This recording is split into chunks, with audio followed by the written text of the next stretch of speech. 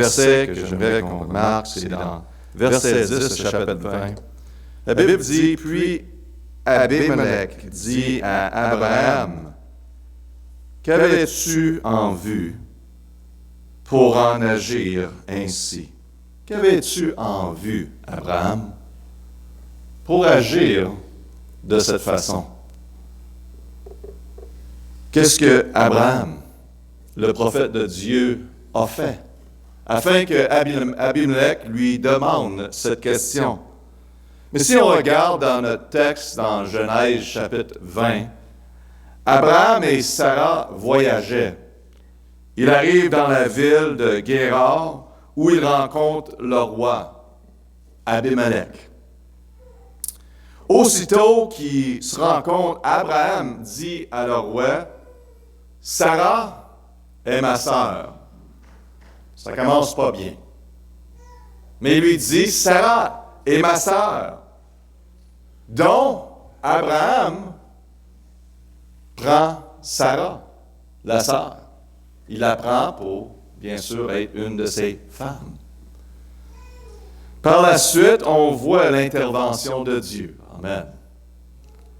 Cette même nuit, dans un rêve, Dieu dit à Abimelech, « Abimelech, tu es mort. » Wow! Qu'est-ce que j'ai fait? À cause de la femme que tu as prise, elle a un mari. Et son mari, c'est Abraham. Donc Abraham avait dit que Sarah était sa sœur, mais en réalité, vous le savez, qu'elle était sa femme. Abimelech répond, « Seigneur, ferais-tu périr même une nation juste? Ils m'ont dit qu'ils étaient frères et sœurs. Je ne savais pas, moi. Seigneur, j'ai fait ceci dans l'intégrité de mon cœur et dans l'innocence de mes mains. Je ne savais pas du tout. Je suis honnête avec toi, Dieu. » Et Dieu le savait. Et Dieu lui répond, « Je sais que tu l'as fait dans l'intégrité de ton cœur. Aussi, je t'ai empêché de pécher contre moi. C'est pour cela que je n'ai point permis que tu la touches. » Donc Dieu dit à Abimelech, « Maintenant, retourne la femme, Sarah, à cet homme, car il est un prophète, et il priera pour toi, et tu vivras. Mais si tu ne la retournes pas, tu mourras certainement, toi et tous ceux qui sont avec toi. » Et Abimelech se leva à bonne heure ce matin-là, et appela tous ses serviteurs, et leur fait entendre toutes ces paroles, et les gens avaient peur, mes amis. Il y avait une crainte. Il faut régler ce problème-là rapidement. C'est à ce point-ci qu'Abimelech demande de parler avec Abraham. Sûrement qu'il était frustré de se faire mettre dans un genre de piège, qui peut dire. Et la Bible nous dit dans verset 9 de Genèse 20. Puis, Abimelech appela Abraham et lui dit, « Que nous as-tu fait? Abraham, que tu pensais? Et en quoi je t'ai offensé que tu aies fait venir sur moi et sur mon royaume un si grand péché? Tu as fait à mon égard des choses qui ne se font pas. » Verset 10, c'est là qu'Abimelech dit à Abraham, « Qu'avais-tu en vue pour en agir ainsi? » Le message ce matin, c'est « Qu'avais-tu en vue pour en agir ainsi? » Ça nous parle, ça parle à des chrétiens. Qu'en pensez-vous d'agir de cette façon? On va prier notre Père, on te remercie pour la parole de Dieu, l'exemple démontré avec un homme de Dieu, un prophète.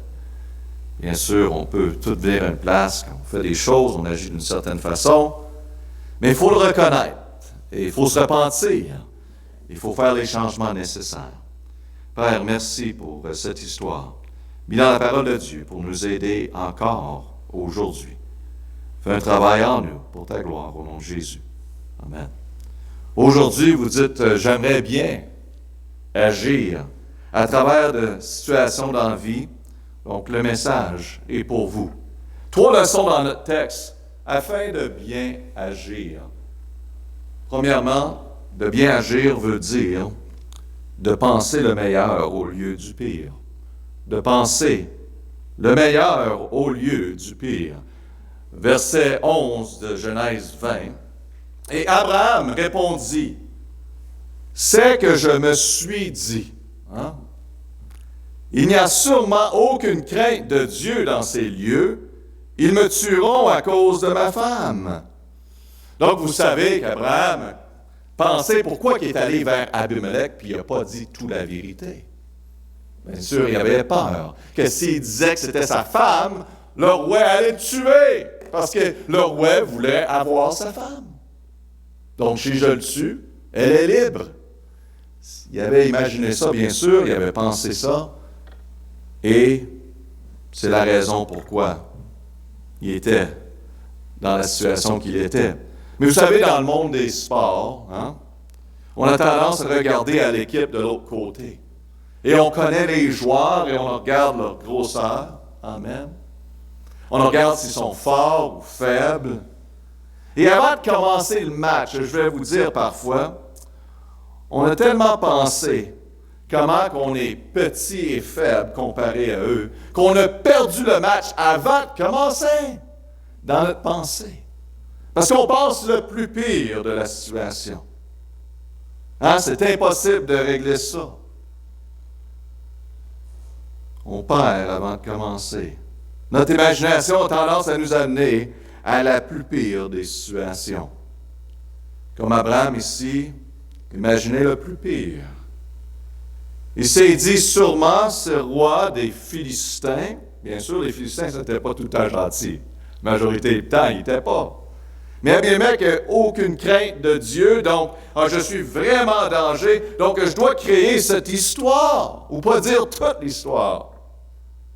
Peut-être vous êtes dans un endroit que tout semble difficile. Et vous dites, j'ai perdu tout espoir pour ma vie, j'ai perdu tout espoir pour mon mariage, pour mon futur, pour mes enfants, pour ma retraite. Mais il y a un passage biblique pour vous dans cette situation qui est important de mettre ce passage dans votre cœur, parce qu'on va passer à travers des moments comme ça où on manque vraiment d'espoir. Ça vaut-tu la peine de continuer, de m'engager? La parole de Dieu en parle de ça, de cette bataille que nous faisons face. Dans 2 Corinthiens 10, 4, 5, et la Bible nous dit, en effet, nos armes de guerre ne sont pas charnelles, mais elles sont puissantes en Dieu pour renverser la forteresse. Donc, ça parle ici que, comme chrétien, qu'on doit aller à la guerre. Si on ne va pas à la guerre, vous dites, je ne veux pas y aller, bon ben, on va perdre. Il n'y a pas d'autre option. Il faut aller à la guerre et la prière est bien sûr notre arme de guerre de laquelle on parle.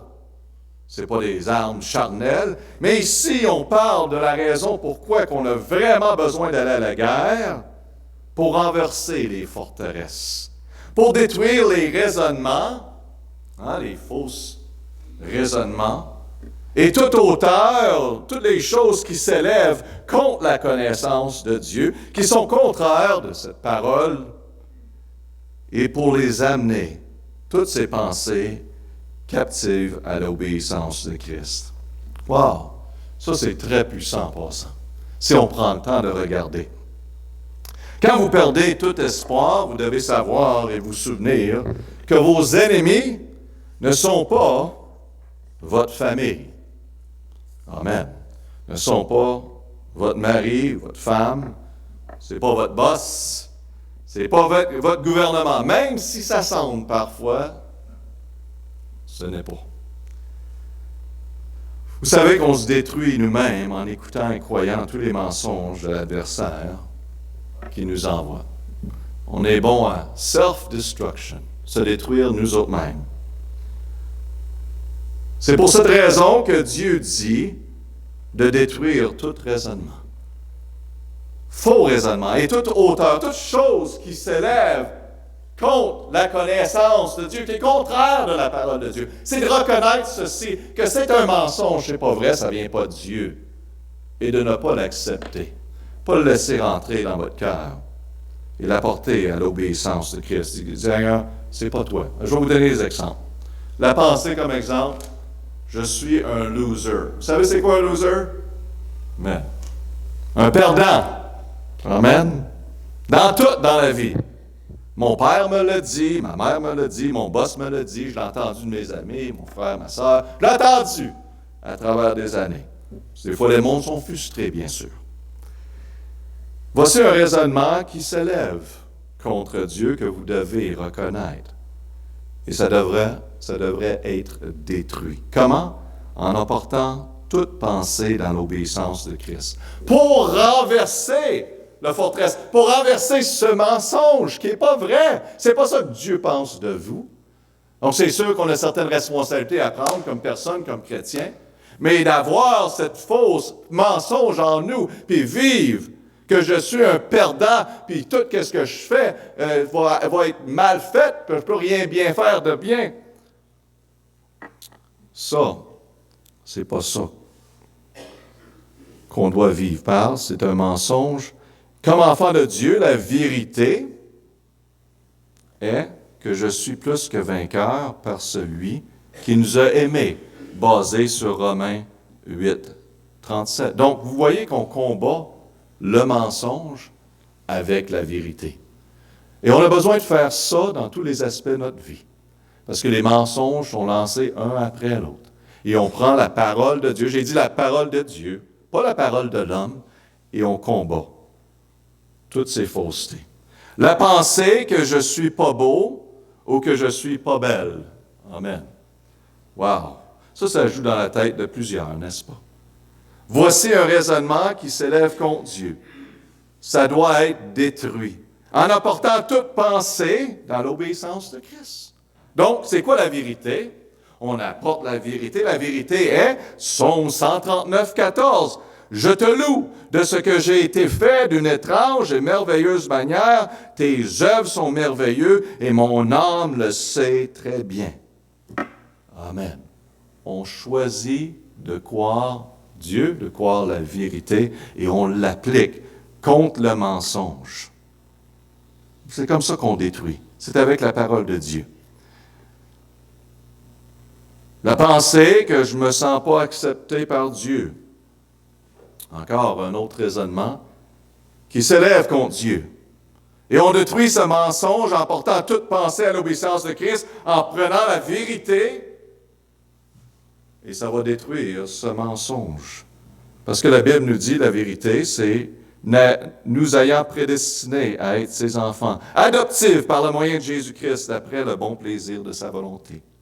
À la louange de la gloire de sa grâce, qui nous a gratuitement accordé et son bien-aimé. Amen, amen, amen. Mes amis, vous savez votre acceptance de Dieu comme bien-aimé, vous ne l'avez pas mérité.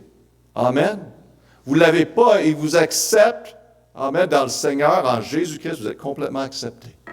Donc, pourquoi vous vivez votre vie chrétienne? Essayez d'aller chercher l'acceptance de Dieu. Ou pensez, si vous n'êtes pas tout à fait d'une certaine façon, vous n'êtes plus accepté de Dieu, vous êtes rejeté. D'où ça vient, cette fausse idée-là? C'est là qu'il faut dire, regarde, là. Amen. C'est ça que la parole de Dieu dit. Je crois ce que Dieu dit. Et c'est comme ça qu'on renverse les faussetés. L'adversaire, cette pensée-là dans votre tête, que je ne suis pas accepté. Et prenez la parole de Dieu, lisez-la d'une voix forte. Amen. Afin de combattre ces forteresses, ces faux mensonges. La Bible nous dit bien dans Jean 8, 32, « Et vous connaîtrez la vérité, et la vérité vous affranchira. » Voilà, mes amis, c'est quand on prend cette vérité-là pour se combattre. C'est pas nous-mêmes. Le problème, c'est que nous-mêmes, on essaie de combattre. On fait toutes choses, on va voir toutes les personnes, on prend toutes sortes de médications. C'est la vérité qu'on a besoin. Amen. Nous avons la vérité. Qu'est-ce que vous avez besoin plus que toute autre chose? C'est la vérité. Car la liberté physique, la liberté émotionnelle, la liberté spirituelle que vous désirez se trouve en prenant continuellement la parole de Dieu, la vérité pour détruire tout faux raisonnement. Et bien sûr, la vérité vous affranchira. Amen, c'est merveilleux. Avec tous les messages qu'on entend tous les jours, soit au travail, soit à la télévision, soit parmi nos amis, et surtout les choses qu'on croit dans notre propre pensée. Vous savez que l'enfant de Dieu doit reconnaître la vérité et rejeter le mensonge. Pensez le meilleur au lieu du pire. La vérité, c'est que vous avez de l'espoir, peu importe votre situation. Ça, c'est la vérité. Vous avez de l'espoir, peu importe la situation. Il reste pour vous de reconnaître la vérité dans votre situation présentement. Mettez les sentiments, les émotions. Je rencontre des personnes, pasteur, tu ne comprends pas. La situation que je vis, oui, je sais que ce n'est pas facile. Mais il faut arrêter de regarder à la situation et concentrer sur le Dieu de l'impossibilité quand on met sa parole en pratique. Dieu fait des choses merveilleuses. Seulement la vérité peut combattre le mensonge. Seulement la vérité. C'est simple. Je sais que c'est trop simple. Venez ici, pasteur, ça doit être plus que ça. Seulement la vérité. Wow, quelle liberté de reconnaître et connaître la vérité. Quel fardeau ça nous enlève, que je suis complètement accepté. Que la façon que je suis complètement accepté par Dieu.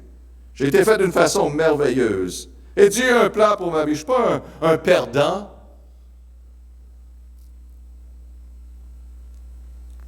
Votre plus gros problème aujourd'hui, demain et après-demain sera la bataille que vous avez dans vous. De croire un mensonge qui occupe tellement votre pensée, ça vous empêche d'avancer, de prendre des décisions, d'avancer avec votre famille. Vous croyez, vous pensez le pire à propos de la situation, à propos d'une personne, au lieu du meilleur. Vous savez qu'il y a un bon verset pour nous dans la parole de Dieu à ce sujet également, dans Philippiens 4:8. La Bible dit au reste, frères, que toutes les choses qui sont véritables, toutes celles qui sont honnêtes, toutes celles qui sont justes, toutes celles qui sont pures, toutes celles qui sont aimables, toutes celles qui sont de bonne réputation, et où il y a quelques vertus et qui sont dignes de louange, que toutes ces choses occupent vos pensées. Dieu nous dit qu'est-ce qui doit prendre le temps, qui doit occuper nos pensées. Ces choses ici. Dieu nous dit quoi doit préoccuper nos pensées. Parce que Dieu sait, dans sa sagesse, si on pense pas bien, on n'agira pas bien. Quelqu'un demande, pasteur, c'est une bonne pensée, ça? Bien, je veux vous dire, passez cette pensée à travers du filtre de Philippiens 4:8.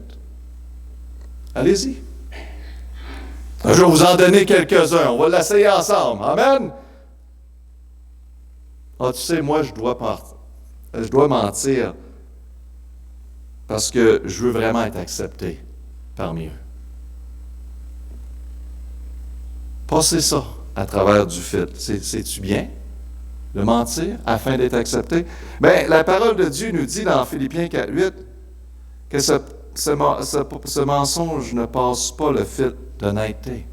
On doit être honnête. Donc, on ne peut pas faire ça. On ne peut pas vivre de cette façon. On ne peut pas continuer. On doit changer. C'est pas compliqué, n'est-ce pas? Dieu l'a déjà écrit à un autre. Ah, je l'aime pas, lui. Je l'aime pas, lui. Je les aime pas, eux autres, ce groupe de personnes-là, parce qu'ils sont pas comme nous autres. Ah? Alors, regardons dans Philippiens 4:8 si c'est correct. Bon, on va regarder. Et la Bible nous dit, on doit être aimable. C'est les choses qui doivent occuper nos pensées. On a des réponses, hein? Vous êtes en train de dire, pasteur, on dirait qu'on retourne à la maternelle. Exactement. On a besoin de retourner à la maternelle. Amen. Parole de Dieu, c'est ça qu'on a besoin. On l'a mis de côté, puis on a des problèmes aujourd'hui. Un autre va dire, ça ne me dérange pas qu'est-ce que les autres pensent. Je vais faire qu'est-ce que je veux faire. Ah, bien sûr. Mais regardons qu'est-ce que Philippiens 4:8 nous dit. Passons à travers de ce fait. Ah, ça dit qu'on doit être de bonne réputation. Oh. On devrait peut-être penser aux autres un peu plus. Ah, on va continuer. Moi, je dois m'offrir aux hommes, hein? Je suis une madame, une fille, afin qu'ils m'aiment, parce que je veux avoir l'amour. Ah, c'est-tu vrai qu'on doit faire ça? Philippiens 4:8, ça dit qu'on doit être pur, avoir ses pensées pures. Ça nous aide beaucoup à voir qu'est-ce qui est vrai, qu'est-ce qui est bon, qu'est-ce qui est véritable, qu'est-ce qui est mensonge qu'on a cru. Mes amis, on doit vaincre la bataille dans la tête. Certaines d'entre vous est pris dans ces mensonges, vous avez mordu des mensonges et vous voyez plus clair. Vous croyez que vous méritez une certaine malédiction maintenant, à cause de qu'est-ce que vous avez fait. Certaines personnes vous disent que vous avez certaines malédictions. Je vais vous dire quelque chose. C'est le temps qu'on devient mature et qu'on choisit de croire la parole de Dieu en rejetant tous ces faux raisonnements qui sont contraires de la parole, qui essayent de s'élever, nous empêcher de vivre comme chrétiens. C'est des mensonges et simplement croire la vérité. C'est ça de connaître la vérité, et la vérité vous en franchira. C'est merveilleux. C'est merveilleux. Les églises, les foyers sont pleins de personnes qui sont retenues captives, détruites en croyant et en vivant selon les faux raisonnements. Ils l'ont tellement vécu selon les faux raisonnements que pour eux, c'est devenu une vérité qui applique jour après jour. Et c'est pour ça que Dieu dit qu'il faut que ça soit détruit par la vérité. Le bien agir veut dire, deuxièmement, choisir l'honnêteté au lieu de la déception. Verset 12 de Genèse 20, mais aussi en vérité, Abraham dit, elle est ma sœur. Fille de mon père, seulement elle n'est point fille de ma mère, elle est devenue ma femme. Donc là, il est en train de dire toute l'histoire. Elle est devenue ma femme. Oui, elle était ma sœur, puis en partie, elle était sa demi-sœur. Abraham explique à Abimelech que Sarah, en effet, était sa demi-sœur. Mais le problème, c'est qu'il n'avait pas tout mentionné, n'est-ce pas? Puis je ne suis pas ici pour dire qu'il était un menteur, OK? Je vais simplement dire que toute la vérité n'a pas été dite.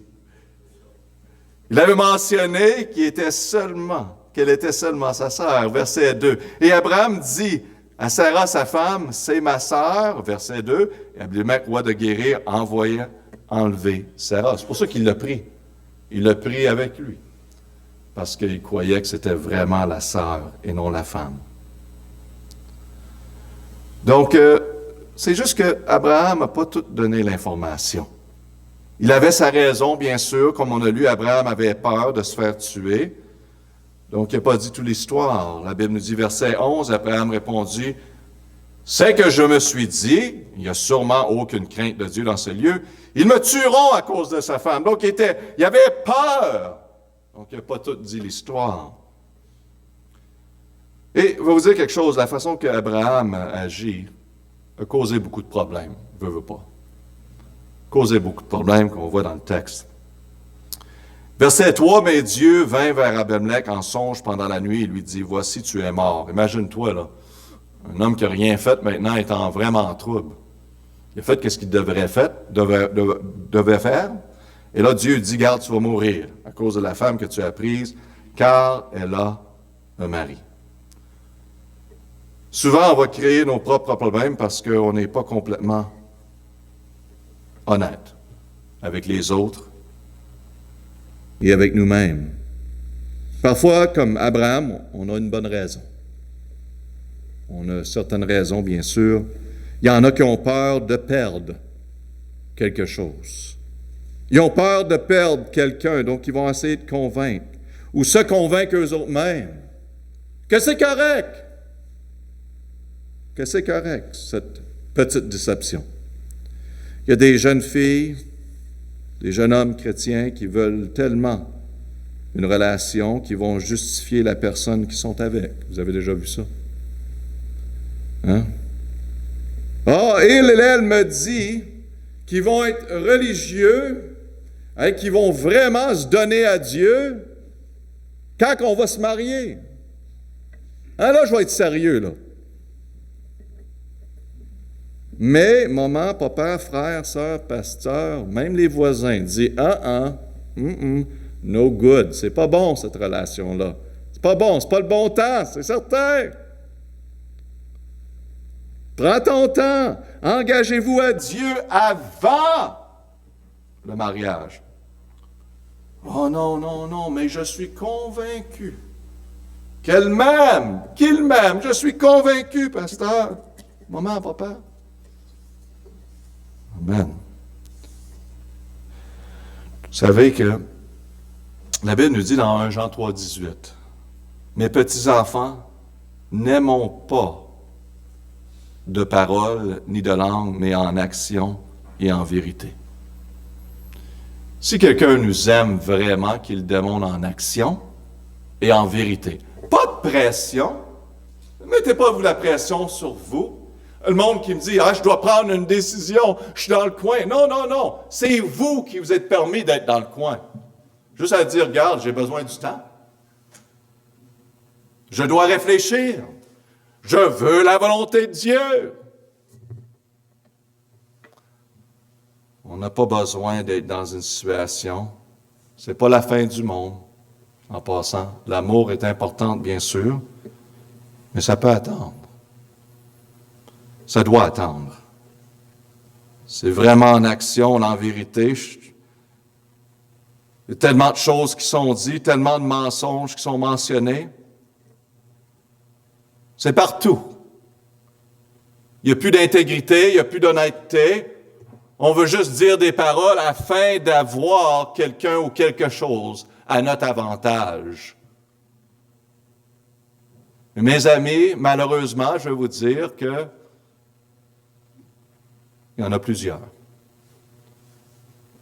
Et cette façon de penser, de vivre est parmi les chrétiens aujourd'hui. Puis c'est triste. Où est notre Dieu? N'oubliez pas que l'amour n'est surtout pas démontré en parole, mais en action. Quand vous allez chercher un emploi, soyez honnête. Soyez honnête. Quand vous considérez une relation, soyez honnête.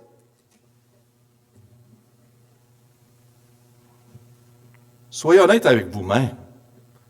De s'essayer de se convaincre quand on sait dans notre propre cœur qu'on n'est pas convaincu, c'est la grande déception. Puis quand tous ceux qui nous aiment, qui ont investi leur vie, qui veulent notre mieux pour nous, puis on ne veut plus les écouter, ça devrait vous dire quelque chose, les amis, que vous êtes vraiment en trouble.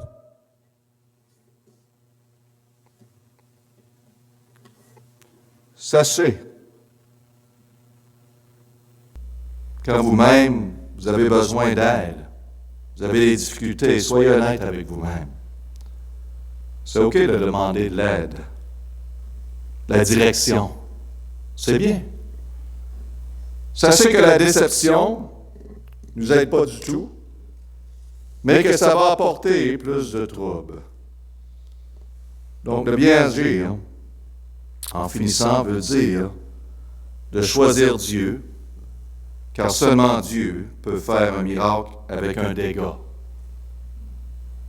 Choisir Dieu. Genèse 20, 17. Et Abraham pria Dieu, Et Dieu guérit Abimelech, sa femme et ses servantes, et elles enfantèrent. Wow! C'est une bonne chose en réalité qui est arrivée dans la famille d'Abimelech. À travers de cet événement-là, Dieu a tout pris ça, il a tourné ça, vraiment pour sa gloire, et bénir Abimelech. Sa famille, les Philistins.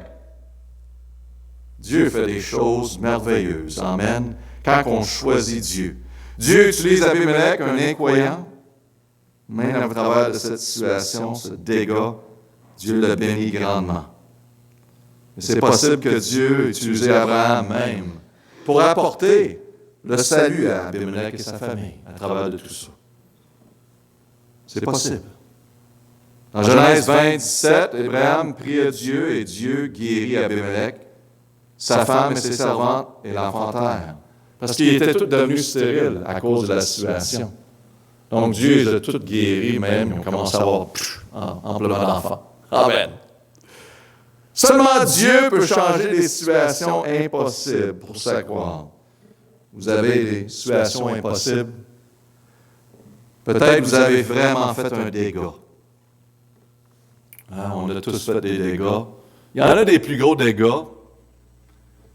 Mais il n'y a rien d'impossible avec Dieu. La vérité, seulement Dieu peut faire l'impossible à travers des dégâts. Qu'est-ce qu'il reste à vous, c'est de choisir Dieu. Vraiment me donner complètement à Dieu. Je vais choisir la vérité, les mensonges, j'y reconnais, oh wow, que j'ai cru des mensonges. Mais là, je réalise que je dois prendre la vérité, la parole de Dieu. Avec ces mensonges qui s'élèvent au-dessus de la connaissance de Dieu, au-dessus de la parole, et les combattre avec la vérité. Comme chrétiens, nous sommes des témoignages, n'est-ce pas? Et on veut bien agir. Et on voit certains principes dans cette histoire pour bien agir. Pensez le meilleur au lieu du plus pire dans les situations. Dans votre mariage, pensez le meilleur au lieu du pire. Choisir l'honnêteté, c'est payant d'être honnête, au lieu de la déception. Et choisir Dieu, car seulement Dieu peut vraiment prendre une situation, un dégât. Peut-être que vous regardez à votre vie et vous dites, boy, j'ai certains dégâts. Vous savez que Dieu peut prendre cette situation-là puis faire un message à travers de votre vie que vous ne pouvez pas imaginer. Il reste simplement de choisir Dieu. Amen. On va prier. Notre Père, on te remercie pour ce passage dans les Écritures. Et Père, c'est vraiment étonnant comment tu as pris une situation qui était vraiment un dégât. Situation qui était devenue assez impossible. Bien sûr, un homme sincère qui voulait protéger ses biens, il avait peur, comme on se trouve souvent, mais qui nous a apporté à prendre des mauvaises décisions. À cause qu'on est motivé, on est poussé par la crainte, la peur. On veut tellement être accepté des autres qu'on dit, on fait des choses, des actions, on agit de façon qu'on ne devrait pas. Aide-nous à reconnaître cela dans nos propres vies. Pour ta gloire, Père. Fais un travail en nous. Et prends le dégât de chacun de nos vies. Pour ta gloire. Nous prions Jésus. Fais-nous, on va jouer. Le Seigneur va parler à vos cœurs.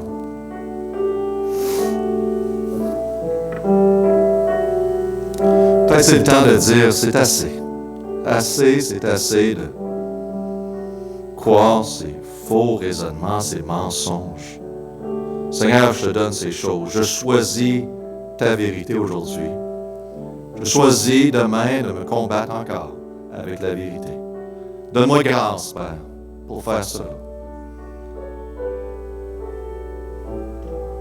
Peut-être ici, puis vous reconnaissez que Jésus n'est pas une priorité dans votre vie. Pasteur, je veux vraiment que Dieu soit la priorité dans ma vie. je vous encourage de choisir Dieu, d'accepter Jésus-Christ, vous devez, de vous donner complètement à lui, si vous êtes chrétien, que vous êtes en train de retenir certaines choses. Allez-y. Donnez-vous pour la gloire de Dieu.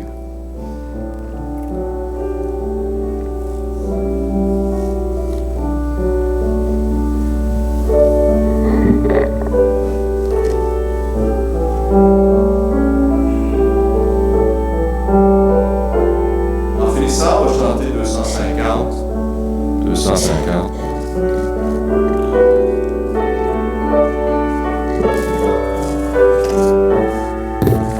On va se lever ensemble. 250. Ah, ok, excusez-moi. J'ai parlé puis j'ai pas regardé. Amen. On donne à Dieu. Amen. Entre tes mains, j'abandonne tout ce que j'appelle le mien. On ne permet à personne, Seigneur, d'en reprendre rien. Oui, prends tout, Seigneur.